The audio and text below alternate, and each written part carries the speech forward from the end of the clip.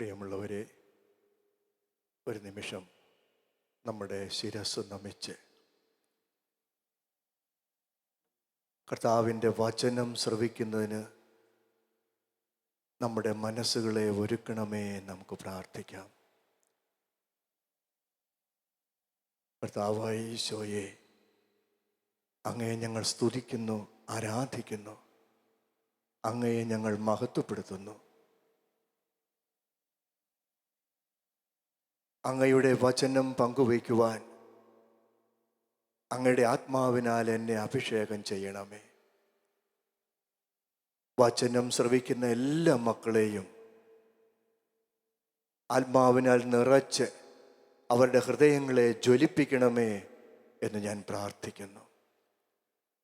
വചനത്തെ ഹൃദയത്തിലും ജീവിതത്തിലും സ്വീകരിച്ച പരിശുദ്ധ അമ്മേ, ഞങ്ങൾക്ക് വേണ്ടി പ്രാർത്ഥിക്കണമേ. പിതാവും പുത്രനും പരിശുദ്ധാത്മാവുമായ സർവേശ്വര എന്നേക്കും. ഈശോ മിശിഹായിൽ പ്രിയമുള്ള സഹോദരി സഹോദരന്മാരെ, സർവശക്തനും പിതാവുമായ ഏക ദൈവത്തിൽ ഞങ്ങൾ വിശ്വസിക്കുന്നു. കത്തോലിക്കാ സഭ അനുശാസിക്കുന്ന വിശ്വാസ പ്രമാണത്തിൻ്റെ ആദ്യ ഭാഗമാണിത്. പ്രസക്ത ഭാഗവും വിശുദ്ധ കുർബാനയിലും മറ്റു കൂദാശകളിലും അതുപോലെ ജപമാലയുടെ ആരംഭത്തിലും കരുണക്കൊന്തയുടെ തുടക്കത്തിലുമൊക്കെ നാം ഈ പ്രാർത്ഥന ഏറ്റുചൊല്ലാറുണ്ട്. ദൈവം സർവശക്തനാണ്. എന്താണ് ഇതിൻ്റെ അർത്ഥം? കത്തോലിക്കാ സഭയുടെ മതബോധന ഗ്രന്ഥം catechism of the Catholic church, അത് ചുരുക്കപ്പേരിൽ അറിയപ്പെടുന്ന CCC എന്നാണ്, എൻ്റെ പേരാണ്. CCC 268 ഇപ്രകാരമാണ് നമ്മൾ വായിക്കുന്നത്, അല്ലെങ്കിൽ സഭ പഠിപ്പിക്കുന്നത്. അവിടുത്തെ ശക്തി സർവാശ്ലേഷിയാണ്. കാരണം എല്ലാം സൃഷ്ടിച്ചവനും എല്ലാറ്റിനെയും ഭരിക്കുന്നവനും എല്ലാം ചെയ്യാൻ കഴിവുള്ളവനുമാണ് ദൈവം.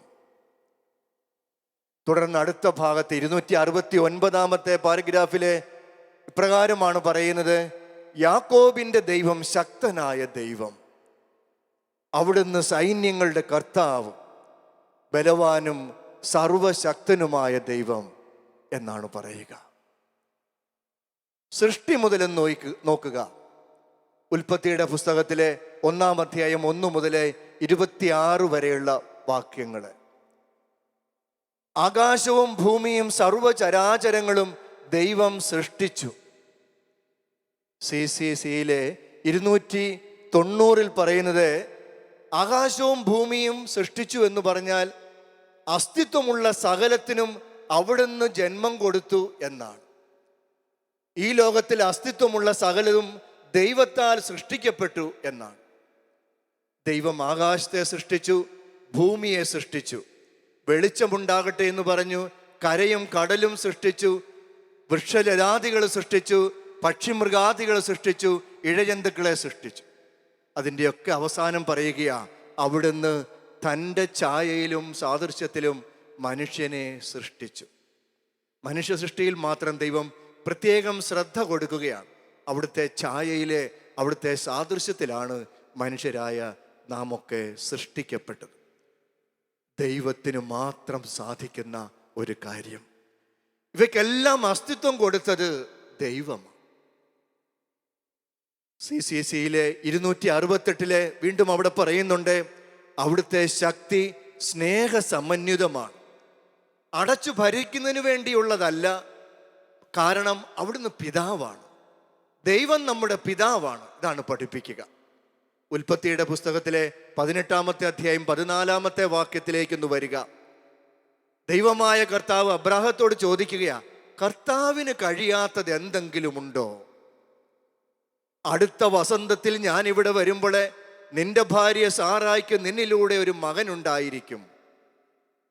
99 വയസ്സ് തികഞ്ഞ അബ്രാഹത്തോടാ ദൈവം ഇത് പറയുന്നത് എന്നോർക്കണം. 75-ാമത്തെ വയസ്സിൽ വിളിച്ചതാ. ഉൽപ്പത്തി 12:4 നമ്മളത് വായിക്കുന്നുണ്ട്. ഏറെക്കാലം കാത്തിരുന്നു, മക്കളൊന്നും ഉണ്ടായില്ല.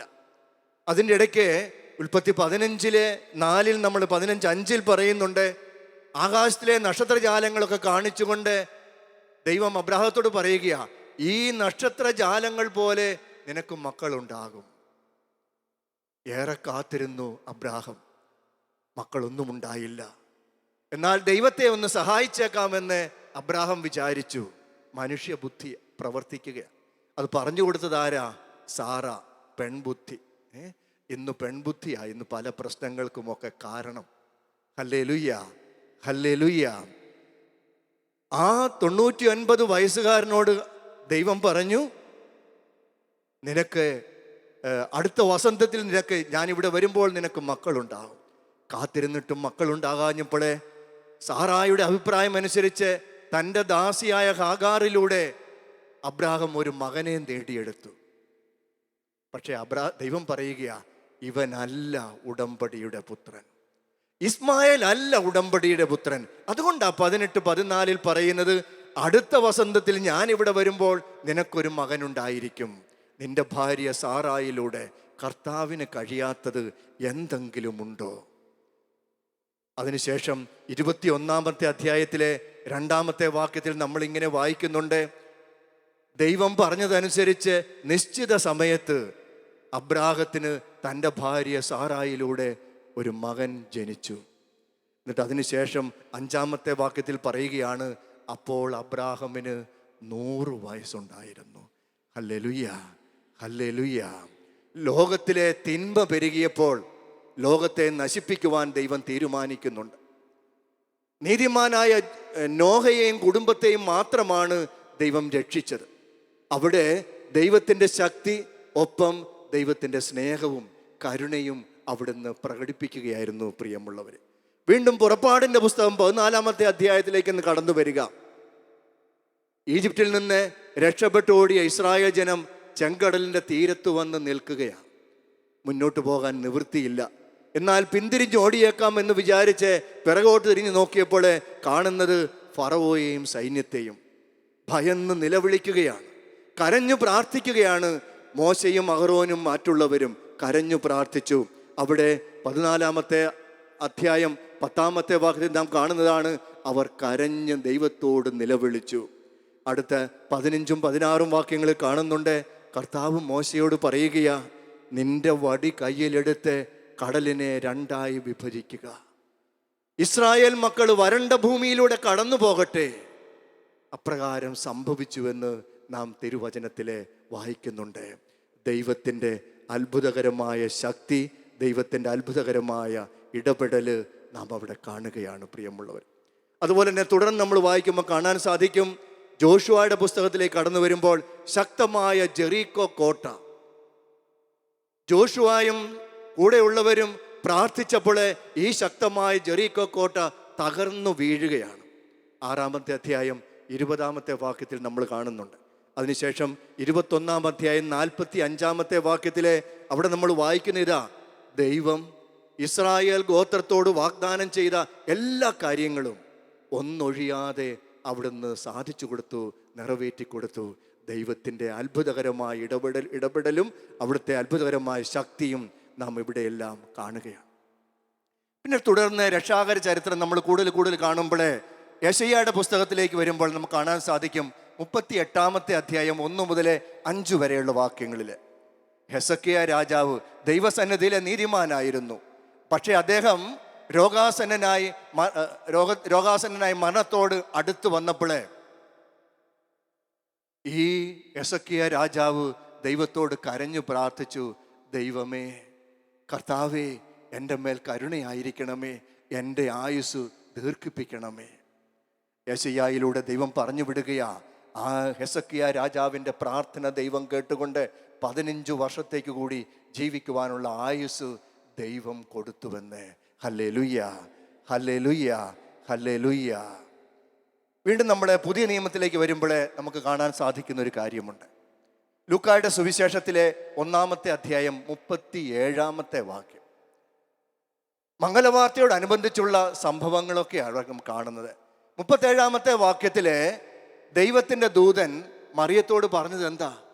കർത്താവിന് അസാധ്യമായിട്ടൊന്നുമില്ല. ദൈവത്തിന് അസാധ്യമായിട്ടൊന്നുമില്ല. പറയാനുള്ള സാഹചര്യം നമുക്കറിയാം.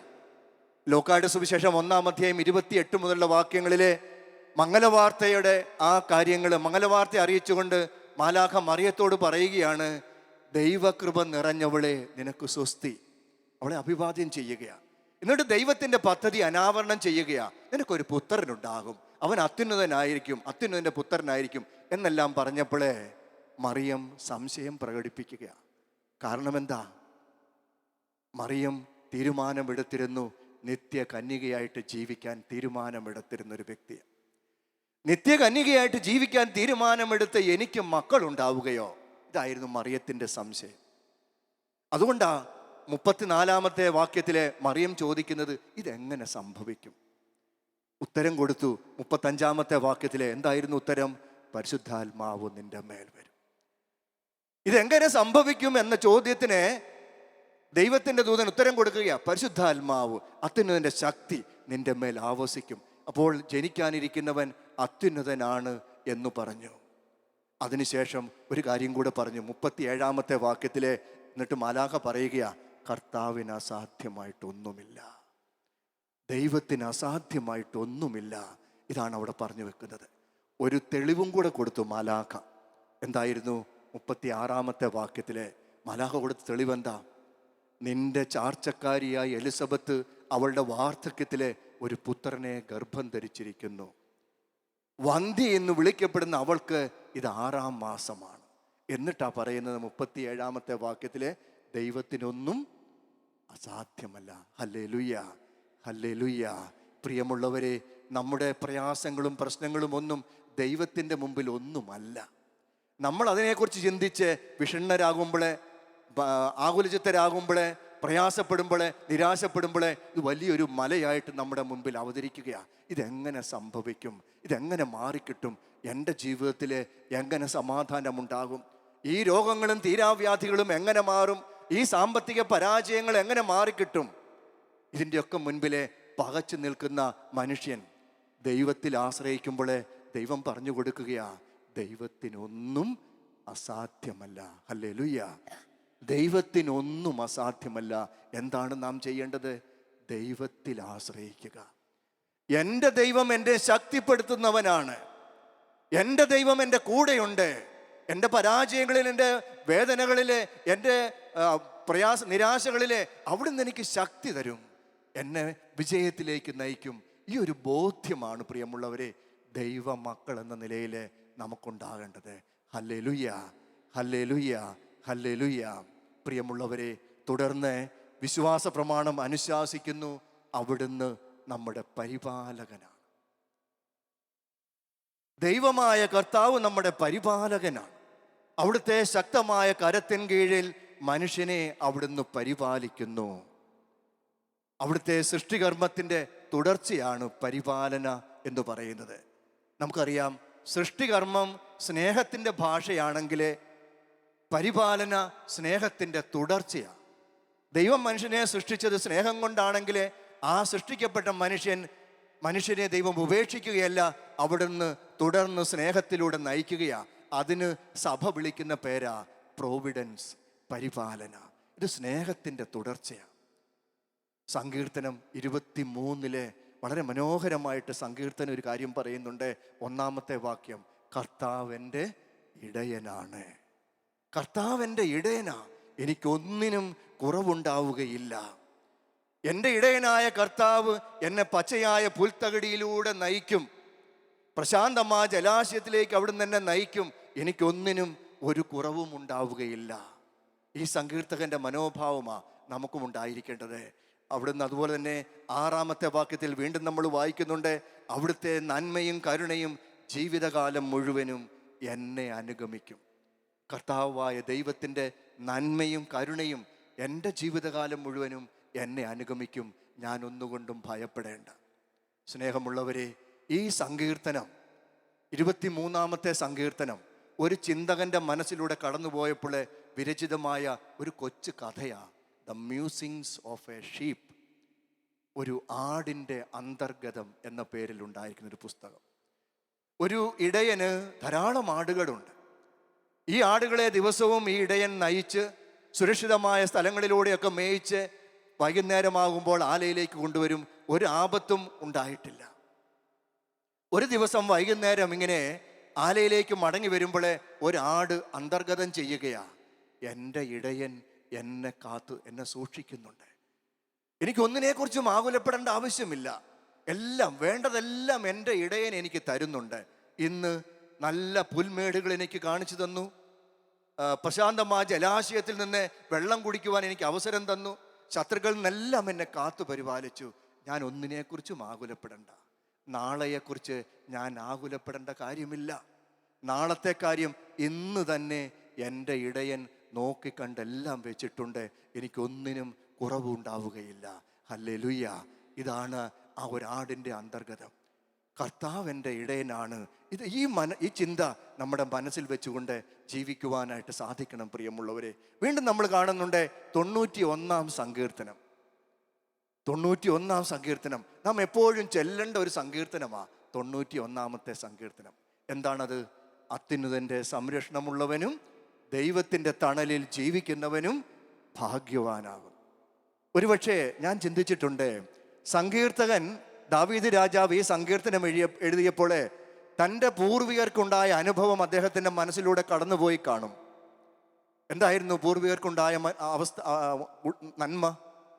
ഈ ഇസ്രായേൽ ജനം ഈജിപ്തിൽ നിന്ന് വാഗ്ദാന ദേശത്തേക്ക് പോകുകയാണ്. മരുഭൂമിയിലൂടെയുള്ള യാത്ര. ഈ മരുഭൂമിയിലെ തീ വെയിലത്ത് കരിഞ്ഞുണങ്ങി പോകാതിരിക്കാനായിട്ട് ദൈവം അവർക്ക് മേഘത്തൂണായിട്ട് അവതരിച്ചു. രാത്രിയിലെ മുൻപോട്ട് നയിക്കപ്പെടുവാനായിട്ട് അവർക്ക് അഗ്നിസ്തംഭമായിട്ട് ദൈവം അവിടെ അവതരിക്കുകയാണ്. ഇത് മനസ്സിൽ വെച്ചുകൊണ്ടാ ദാവീദ് രാജാവ് സങ്കീർത്തനം എഴുതിയത്. അദ്ദേഹം പറയുകയാ, ഈ അത്യുന്നതനായ ദൈവത്തിൻ്റെ സംരക്ഷണമുള്ളവൻ, അവിടുത്തെ തണലിൽ ജീവിക്കുന്നവൻ, ഈ സ്നേഹമാകുന്ന തണല്, അതിലൂടെ അവിടുന്ന് നൽകുന്ന ആ സംരക്ഷണം, അങ്ങനെ ജീവിക്കുന്ന വ്യക്തി ആരാണ്? ഭാഗ്യവാനാണ്, അനുഗ്രഹീതനാണ്. ഇതാണ് സങ്കീർത്തകൻ പറയുന്നത്. അവിടെ നമ്മൾ വായിച്ച് 4-ാമത്തെ വാക്യത്തിൽ വരുമ്പോൾ കാണുന്നുണ്ട്, തൻ്റെ ചിറകിൻ്റെ കീഴിൽ അവിടുന്ന് നിന്നെ കാത്തുകൊള്ളും, തൻ്റെ തൂവലുകൾ കൊണ്ട് നിന്നെ മറച്ചുകൊള്ളും. നോക്കിയേ, എന്തൊരു ആശ്വാസമേകുന്ന വചനമാണെന്ന്. ഒരു തള്ളക്കോഴി തൻ്റെ കുഞ്ഞുങ്ങളെ ആ ചിറകിൻ്റെ കീഴിൽ കാത്തു പരിപാലിക്കുന്നത് പോലെ ശത്രുക്കള് കഴുകനും കാക്കയും ഒക്കെ വരുമ്പോൾ അതിൽ നിന്നൊക്കെ രക്ഷപ്പെടുത്തുന്നതിനായിട്ട് ചിറകിൻ്റെ കീഴിലെ കുഞ്ഞുങ്ങളെ, കോഴിക്കുഞ്ഞുങ്ങളെ സംരക്ഷിക്കുകയാണ്.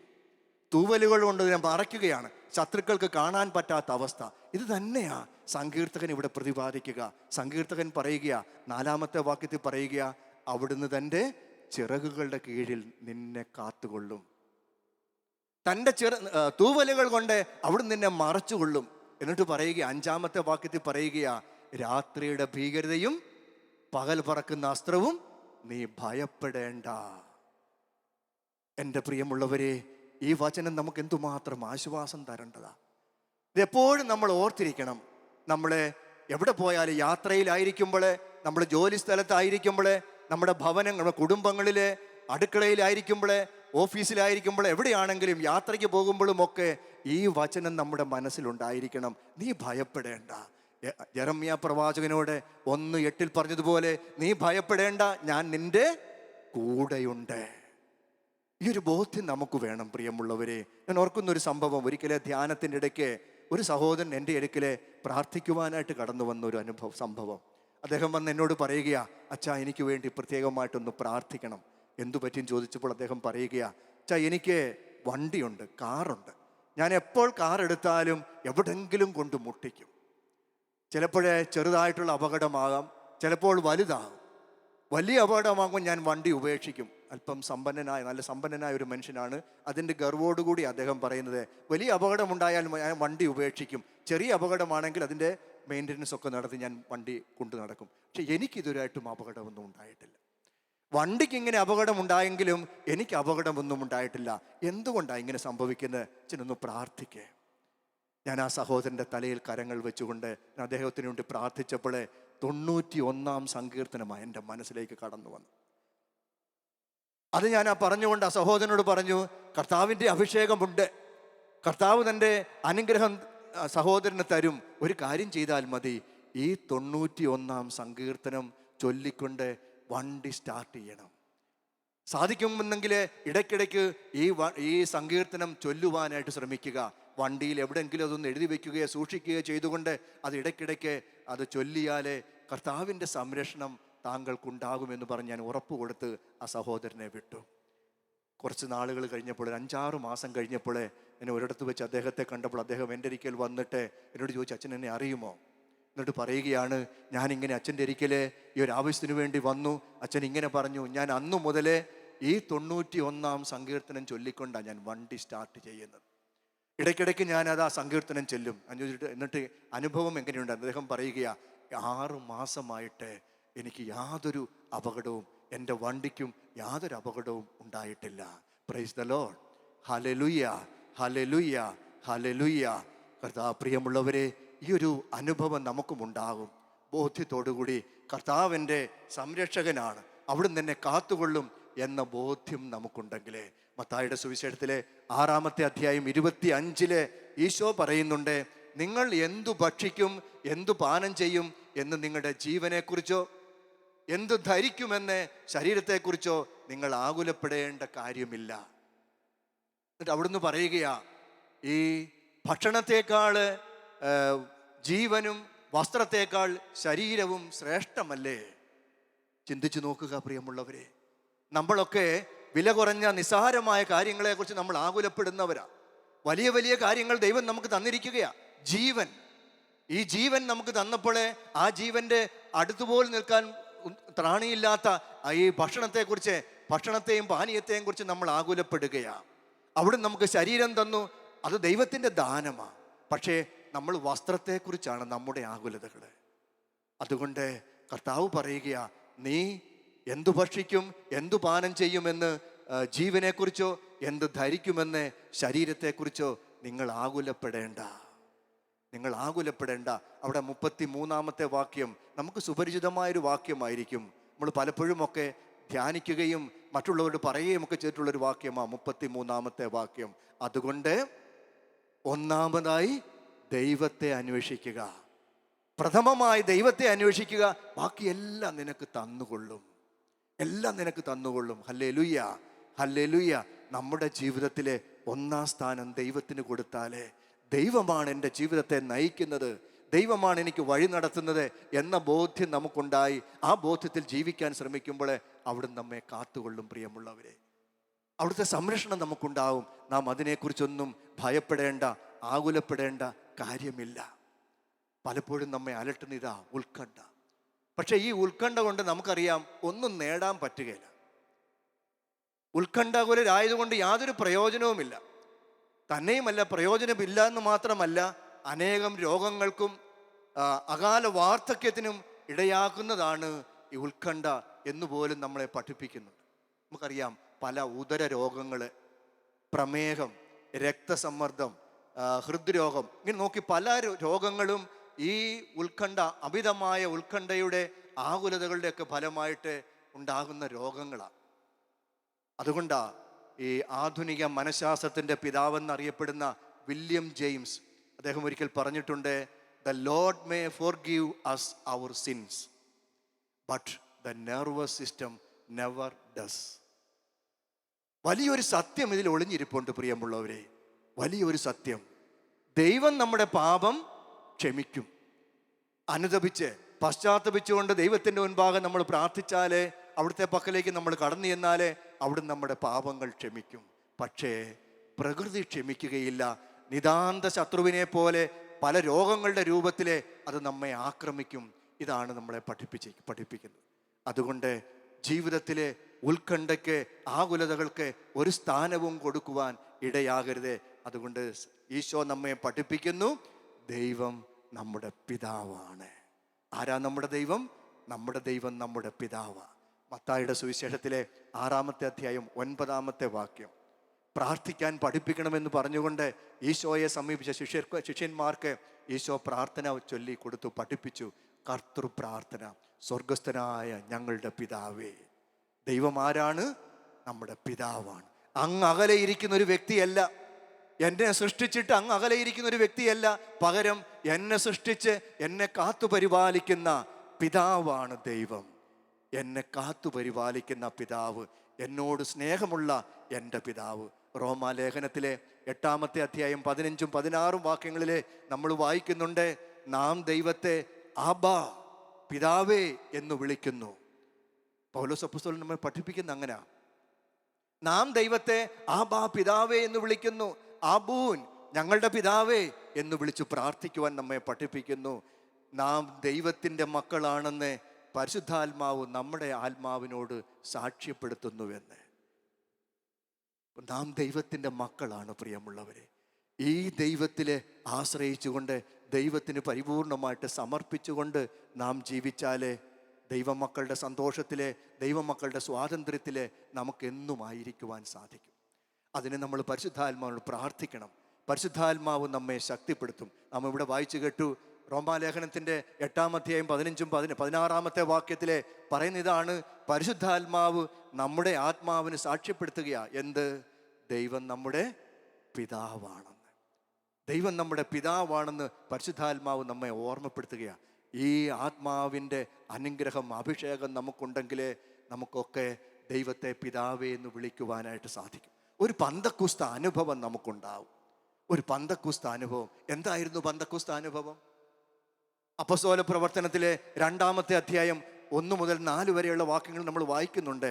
പന്തക്കുസ്തയുടെ അനുഭവം അല്ലേ? പ്രാർത്ഥനാ നിരതരായിരുന്ന ശിഷ്യന്മാരുടെ മേലെ, പരിശുദ്ധ അമ്മയുടെ മേലെ പരിശുദ്ധാത്മാവ് തീനാവുകളുടെ രൂപത്തിൽ ഇറങ്ങി വന്നു. ശക്തിപ്പെടുത്തി നമ്മളെ.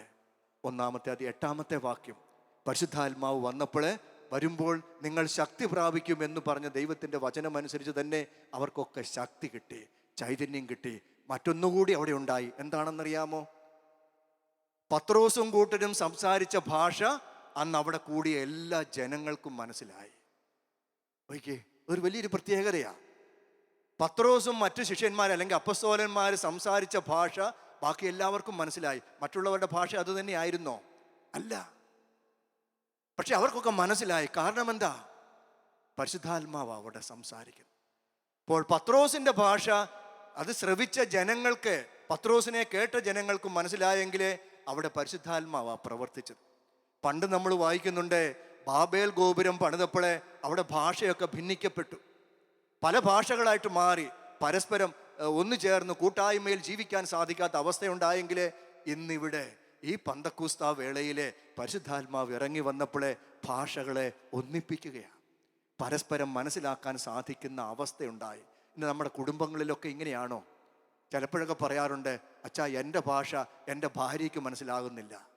ഭാര്യ പറയും ആ ഭാര്യയുടെ ഭാഷ ഭർത്താവിന് മനസ്സിലാകുന്നില്ലെന്ന് പറയും. മാതാപിതാക്കൾ പറയും ഞങ്ങളുടെ ഭാഷ മക്കൾക്ക് മനസ്സിലാകുന്നില്ലെന്ന് പറയും. മക്കൾ എന്താ പറയുന്നത്? ഞങ്ങളുടെ ഭാഷ ഞങ്ങളുടെ അപ്പച്ചനും അമ്മച്ചിക്കും മനസ്സിലാകുന്നില്ല. എവിടെയാ തകരാറ്? നാം ചിന്തിച്ചു നോക്കണം പ്രിയമുള്ളവരെ. ഭാഷയെ ഒന്നിപ്പിക്കുന്നത്, ദൈവജനത്തെ ഒന്നിപ്പിക്കുന്നത് പരിശുദ്ധാത്മാവാണ്.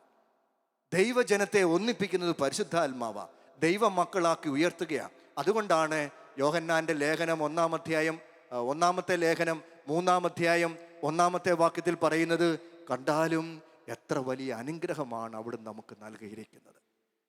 നമ്മളൊക്കെ അനുഗ്രഹീതരാ. എന്താ നമുക്ക് കിട്ടിയ അനുഗ്രഹം? നമ്മളൊക്കെ ദൈവ മക്കളെന്ന് വിളിക്കപ്പെടുന്നു. അങ്ങനെയാണ് താനും. ഈശോയെ അനുഭവിച്ചറിഞ്ഞ യോഹന്നാൻ ശിഷ്യനാണ് എഴുതി വച്ചിരിക്കുന്നത്. 1-ാമത്തെ അധ്യായം 1-ാമത്തെ വാക്യം എന്താ? ഞങ്ങൾ കണ്ടതും കേട്ടതും അനുഭവിച്ചറിഞ്ഞതും സൂക്ഷിച്ചു വീക്ഷിച്ചതുമായ കാര്യങ്ങളെ ഞങ്ങൾ നിങ്ങളോട് പങ്കുവയ്ക്കുന്നു. ഇങ്ങനെ പറഞ്ഞ ലേഖനം ആരംഭിക്കുന്നത് യോഹന്നാൻ. ആ യോഹന്നാൻ 3-ാമത്തെ അധ്യായത്തിൽ വരുമ്പോഴേ 1-ാമത്തെ വാക്യത്തിൽ പറയുന്നത്, കണ്ടാലും എത്ര വലിയ അനുഗ്രഹമാണ് ദൈവം നമുക്ക് നൽകിയിരിക്കുന്നത്. Hallelujah, hallelujah. എന്താണ് അനുഗ്രഹം? നമ്മളൊക്കെ ദൈവ മക്കളുടെ പദവിയിലേക്ക് ഉയർത്തപ്പെട്ടു. പണ്ട് പാപം ചെയ്ത് പാപത്തിൻ്റെ അടിമത്തത്തില്, സാത്താൻ്റെ അടിമത്തത്തിലായിരുന്നെങ്കിൽ നമ്മൾ, നരകത്തിന് അർഹരായിരുന്നെങ്കിൽ നമ്മൾ ഈശോയുടെ പീഡാനുഭവത്തിൻ്റെ ഫലമായിട്ട്, പെസഹ സംഭവങ്ങളുടെ ഫലമായിട്ട് നമുക്ക് ദൈവത്തിൻ്റെ മക്കളായിട്ട് ഉയർത്തപ്പെട്ടു. അതുകൊണ്ട് അഭിമാനത്തോടെ പറയണം, ഞാൻ ദൈവത്തിൻ്റെ മകനാണ്, ഞാൻ ദൈവത്തിൻ്റെ മകളാണ്. അഭിമാനം വേണം. ദൈവ മക്കൾ എന്നുള്ള അഭിമാനത്തോടുകൂടി പറയുവാൻ നമുക്ക് സാധിക്കട്ടെ. സർവശക്തനായ ദൈവം നമ്മെ ദൈവ മക്കൾ, അവിടുത്തെ മക്കളായിട്ട് ഉയർത്തിയിരിക്കുന്നു. Hallelujah, hallelujah. ദൈവ മക്കളുടെ പദവിയിലേക്ക് അവിടുന്ന് നമ്മെ ഉയർത്തിയിരിക്കുന്നു. ആ ദൈവത്തിന് നമുക്ക് നന്ദി പറയാം. പ്രിയമുള്ളവരെ, സർവശക്തനാണ് അവിടുന്ന്. അവിടുത്തെ കാരുണ്യവും സ്നേഹവും നമ്മുടെ മേൽ വർഷിക്കുന്നവനാണ്. അവിടുന്ന് നമ്മെ പരിപാലിക്കുന്നവനാണ്. സ്നേഹത്തിൻ്റെ ഭാഷയിലെ മുന്നോട്ട് നയിക്കുന്നവനാണ് ദൈവം. അവിടുന്ന് നമ്മുടെ പിതാവാണ്. പുത്രനിലൂടെ നമ്മെ രക്ഷിച്ചു. പുത്രനിലൂടെ ദൈവമക്കളുടെ പദവിയിലേക്ക് അവിടുന്ന് നമ്മെ ഉയർത്തി. ഈ വലിയൊരു സന്തോഷം, ഈ വലിയൊരു അഭിമാന ബോധ്യം നമുക്കുണ്ടാകട്ടെ, നമ്മെ നയിക്കട്ടെ. ഒരു നിമിഷം നമുക്ക് പ്രാർത്ഥിച്ചുകൊണ്ട്, കർത്താവിൻ്റെ അനുഗ്രഹം നമുക്കുണ്ടാകുന്നതിന് വേണ്ടി പ്രാർത്ഥിച്ചുകൊണ്ട് നമുക്ക് അവസാനിപ്പിക്കാം. സ്നേഹനിധിയായ കർത്താവായ ഈശോയെ, ഈ കഴിഞ്ഞ നിമിഷങ്ങളിൽ ഞങ്ങളോട് സംസാരിച്ചതിന് ഞങ്ങൾ അങ്ങേക്ക് നന്ദി പറയുന്നു. എന്നും അങ്ങയുടെ വചനത്തിൻ്റെ സാക്ഷികളായിട്ട് ജീവിക്കുവാൻ ഞങ്ങളെ സഹായിക്കണമേ. വചനം കേട്ട് പോകുന്നവരാകാതെ വചനം ജീവിതത്തിൽ പ്രാവർത്തികമാക്കുന്നവരാകുവാൻ ഞങ്ങളെ സഹായിക്കണമേ, ഞങ്ങളെ അനുഗ്രഹിക്കണമേ. അവിടുന്ന് സർവശക്തനും ഞങ്ങളുടെ പിതാവും ഞങ്ങളുടെ പരിപാലകനുമാണെന്നുള്ള ബോധ്യത്തിൽ ജീവിക്കുവാനുള്ള വലിയ അനുഗ്രഹം ഞങ്ങൾക്ക് തരണമേ. അതിനായിട്ട് പരിശുദ്ധാത്മാവിൻ്റെ അഭിഷേകത്തിന് വേണ്ടി ഞങ്ങൾ പ്രാർത്ഥിക്കുന്നു. ഈ വചനം ശ്രവിക്കുന്ന എല്ലാ മക്കളെയും, എവിടെയാണെങ്കിലും വചനം ശ്രവിക്കുന്ന ആ എല്ലാ മക്കളെയും സമൃദ്ധമായിട്ട് അനുഗ്രഹിക്കണമേ. അങ്ങയുടെ കൃപയാൽ നിറയ്ക്കണമേ. അവരിലുള്ള എല്ലാ തിന്മകളും, എല്ലാ തടസ്സങ്ങളും, എല്ലാ ആകുലതകളും, എല്ലാ പ്രശ്നങ്ങളും പരിശുദ്ധാത്മാവിൻ്റെ അഭിഷേകത്താൽ നീങ്ങിപ്പോകട്ടെ എന്ന് ഞാൻ പ്രാർത്ഥിക്കുന്നു. ആത്മാവിൻ്റെ അഭിഷേകം എല്ലാ മക്കൾക്കും കിട്ടട്ടെ.